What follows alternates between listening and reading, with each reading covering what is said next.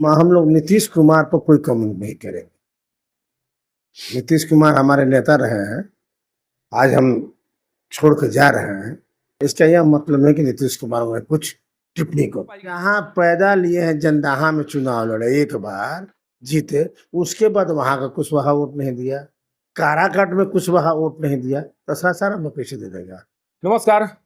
करीब 2 दिन तक सासाराम विधानसभा में जदयू पार्टी की नीतियों को बताते हुए दिखाई पड़ने वाले पूर्व विधायक डॉक्टर अशोक कुमार के द्वारा अब बसपा पार्टी का दामन थाम लिया गया है। जदयू पार्टी से उन्हें उनके द्वारा इस्तीफा दे दिया गया है और जैसे ही इनके द्वारा यह निर्णय लिया गया है उसके बाद सासाराम विधानसभा में भूचाल सा आ गया है। सासाराम विधानसभा में तरह तरह के कयास लगाए जा रहे हैं और ये माना जा रहा है कि उपेंद्र कुशवाहा के द्वारा सासाराम पर दावेदारी किए जाने के बाद से सासाराम विधानसभा का समीकरण पूरी तरह से बदल गया है। सासाराम में तरह तरह की आवाजें सुनाई पड़ रही हैं। उपेंद्र कुशवाहा के इस निर्णय की आलोचना हो रही है और इन आलोचनाओं के बीच डॉक्टर अशोक कुमार जी के द्वारा बसपा पार्टी के टिकट पर सासाराम विधानसभा से चुनाव लड़ने का निर्णय ले लिया गया है। सर, सबसे जिज्ञासा लोगों के मन में है कि आखिर सासाराम सीट में इस तरह का बदलाव क्यों दिखाई पड़ा? क्यों आपको क्या लग रहा है कि किस व्यवस्था के कारण एनडीए के शीर्ष नेतृत्व के द्वारा सासाराम को आरएलएम के खाते में दे दिया गया? अब इस पर तो वही लोग बताएंगे, हम लोग भीतर की तो बात जानते नहीं है। अब आरएलएम को दे दिया गया है तो हम लोग तो मैदान छोड़ने वाले नहीं है। जनता के बीच में 5 वर्ष काम किए हैं। विश्वास था जो निर्णय लिया गया है, आपको विश्वास? हमको विश्वास नहीं था। आप सासाराम में देखे कि नीतीश कुमार हमको खड़ा कराए, डिक्लेयर किए कि इन्हीं को इशारा भी मंच से किए थे कि उस इशारे के बाद लग रहा था कि नहीं अब फाइनल हो गया, लेकिन उसके बावजूद भी इस तरह की घटनाएं होंगी तो इस पर हम लोग कुछ कह नहीं सकते। आखिर उपेंद्र कुशवाहा के द्वारा इस सीट पर दावेदारी क्यों की गई? आखिर उन्हें क्यों लगा कि नहीं, हम यहाँ से चुनाव निकाल सकते हैं, इस सीट को हमें अपने खाते में लेना चाहिए? उपेंद्र कुशवाहा जी कभी एक जगह लड़ते नहीं, कोई वोट देता नहीं है। कुशवाहा तो इनको मानता नहीं है। पिछले चुनाव में काराकाट में 3 नंबर पर है, कुशवाहा तो इनको वोट दिया नहीं। 19 में भी कुशवाहा वोट नहीं दिया, महाबली सिंह जीत गए। तो ये सब बातें हैं कि उनको कहीं जहाँ मिलता है कहीं चले जाते हैं, कहीं इनका आधार नहीं। फिर लगातार, चूंकि उनका घर वैशाली जिला में पड़ता है, लगातार रोहतास में अपनी राजनीतिक जमीन क्यों तलाश रहे हैं? पहले काराकाट, फिर सासाराम, दिनारा पर भी उनके द्वारा दावेदारी कर दी गई है। दिनारा सीट भी अपने खाते में ले लिया गया है। आखिर इस तरह का परिदृश्य उत्पन्न क्यों किया जा रहा है? कि जहाँ पैदल या वहाँ लोग कोई पूछता नहीं है। जनदाहा में लगातार 4 बार आ रहे, इनका बेटा 6000 वोट लाया महुआ में, उधर कोई पूछता नहीं है। इधर के लोगों को बेवकूफ समझते हैं, इसलिए चले जाते हैं। कहा यह भी जा रहा है कि उपेंद्र कुशवाहा को लगा कि काराकाट से जब लोकसभा का चुनाव उनके द्वारा लड़ा जा रहा था, उस दौरान इस तरह का परिदृश्य दिखाने की कोशिश की गई कि सारे कुशवाहा समाज के लोगों के द्वारा पवन सिंह के विरोध में जाकर शाहाबाद में एनडीए के विरुद्ध मतदान किया गया और उन्हें लगा कि नहीं, अगर हम सासाराम से चुनाव लड़ते हैं तो तमाम कुशवाहा समाज हमारे साथ खड़ा दिखाई पड़ेगा, जिसके बाद उनके द्वारा यह निर्णय लिया गया है। क्या वाकई में कुशवाहा समाज उपेंद्र कुशवाहा को नेता मान चुका है? अगर कुशवाहा नेता मानता तो राजपूत भागते उनके चुनाव से। कुशवाहा तो सब वोट देता ना, तो कुशवाहा तो 75 से 80% वोट आईपीएफ को दिया। हम मानते हैं कि बाबू साहब लोगों ने पवन सिंह को वोट दिया है, तो उनके बिरादर थे, उनको वोट दिया। आपका बिरादर आपको क्यों वोट नहीं दिया, क्यों आईपीएफ को दिया? तो आप कैसे? पवन सिंह तो नेता हुआ राजपूत का, लेकिन आप तो कुशवाहा के नेता नहीं हुए। वहाँ तो कुशवाहा सारा वोट दे दिया उनको, आईपीएफ के उम्मीदवार को, तब कुशवाहा के नेता कैसे हुए?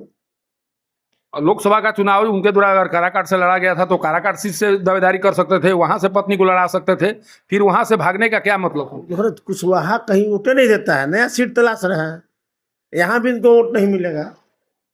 वही हम जानना चाह रहे हैं। आप तो प्रत्येक गलियों में घूमे हैं, प्रत्येक दरवाजों पर आपकी दस्तक रही है। क्या स्थिति रहेगी जब उपेंद्र कुशवाहा चुनाव लड़ रहे हैं और यह सोच कर लड़ रहे हैं कि कुशवाहा समाज हमारे साथ खड़ा दिखाई देगा, कुशवाहा समाज में मतदान करेगा? उनकी जो सोच है वो सफलीभूत हो पाएगी? यहाँ पैदा लिए हैं, जनदाहा में चुनाव लड़े, एक बार जीते, उसके बाद वहां का कुशवाहा वोट नहीं दिया, काराकाट में कुशवाहा वोट नहीं दिया, तो सासाराम में कैसे दे देगा?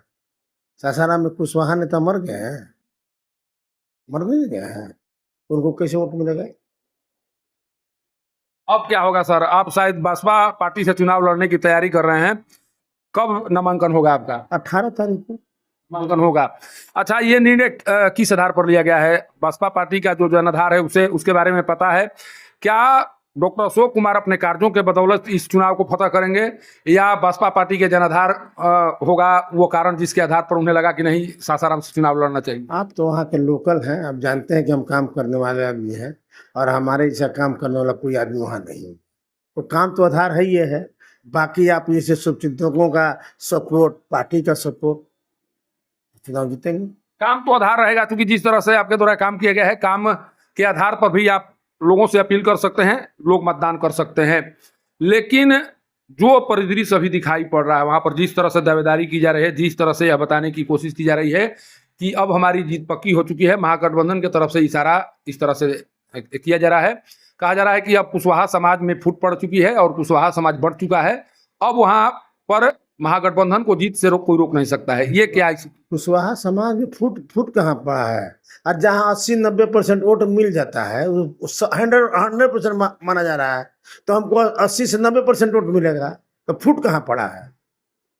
और पिछले विगत चुनाव में भी आप देखें कि कुशवाहा हमको वोट दिया, जब लड़ते हैं तो कुशवाहा हम ही को वोट देता है, तो बटने का सवाल। अच्छा, एक चीज और सर हम जानना चाहेंगे, जो बातें कही जा रही है मुख्यमंत्री नीतीश कुमार जी को लेकर कि मानसिक रूप से अस्वस्थ हो चुके हैं, आपको लगता है कि अगर नीतीश कुमार सही स्थिति में होते, सब कुछ ठीक ठाक स्थिति ठीक ठाक होती, तो उनके द्वारा इस तरह का निर्णय लिया जाता, आपको लग रहा है?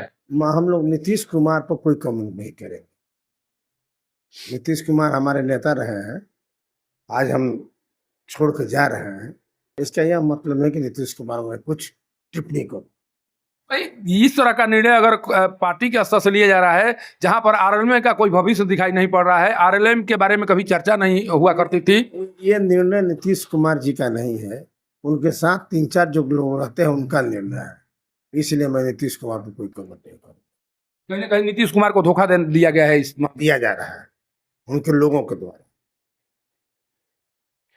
देखिए, ये डॉक्टर अशोक कुमार जी हैं, जो कल तक अपने चुनाव को लेकर विधानसभा में भ्रमण करते हुए दिखाई पड़ रहे थे। जब मुख्यमंत्री नीतीश कुमार आए थे मंच से, जब उनके द्वारा इशारा किया गया था, उस समय सभी को लग गया था कि नहीं, नीतीश कुमार जी के द्वारा कहीं ना कहीं डॉक्टर अशोक कुमार जी को आशीर्वाद दे दिया गया है। लेकिन जैसे ही कल खबर आई है और उस खबर के बाद जो कुछ परिदृश्य अभी सासाराम विधानसभा में दिखाई पड़ रहा है, वो परिदृश्य बता रहा है कि कहीं ना कहीं चाहे जिसके कारण आरएलएम के खाते में इस सीट को देने का निर्णय लिया गया है, उसके प्रति नाराजगी है, और उस नाराजगी का इजहार कहीं ना कहीं विधानसभा चुनाव के दौरान जरूर दिखाई पड़ेगा, लोगों के द्वारा किया जाएगा।